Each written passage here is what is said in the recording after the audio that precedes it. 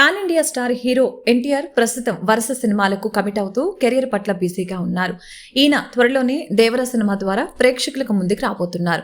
Director Prashanth Neel దర్శకత్వంలో busy కానున్న సంగతి తెలిసిందే. ఇప్పటికే వీరిద్దరి కాంబినేషన్ లో రానున్న సినిమాకు సంబంధించి అధికారికంగా ప్రకటన విడుదల చేశారు. అంతేకాకుండా ఎన్టీఆర్ లుక్ కి సంబంధించి పోస్టర్స్ కూడా విడుదల చేశారు. ఇకపోతే తాజాగా ఈ సినిమా పూజా కార్యక్రమాలు ఎంతో ఘనంగా జరిగాయి. రామానాయుడు స్టూడియోలో ప్రశాంత్ నీల్ ఎన్టీఆర్ కొత్త సినిమా పూజా కార్యక్రమాలు ఘనంగా ప్రారంభమయ్యాయి. ప్రస్తుతం ఇందుకు సంబంధించిన ఫోటోలు సోషల్ మీడియాలో కూడా వైరల్ అవుతున్నాయి.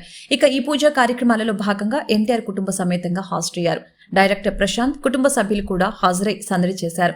ఈ కార్యక్రమంలో భాగంగా ఎన్టీఆర్ భార్య లక్ష్మీ ప్రణతి కెమెరా స్విచ్ ఆన్ చేశారు.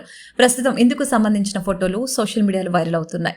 ఇక ఈ కార్యక్రమంలో భాగంగా ఎన్టీఆర్ పిల్లలు స్పెషల్ అట్రాక్షన్ గా నిలిచారు. ఇకపోతే ఈ సినిమా విడుదల తేదీ గురించి మేకర్స్ ఆసక్తికరమైన విషయాలను వెల్లడించారు.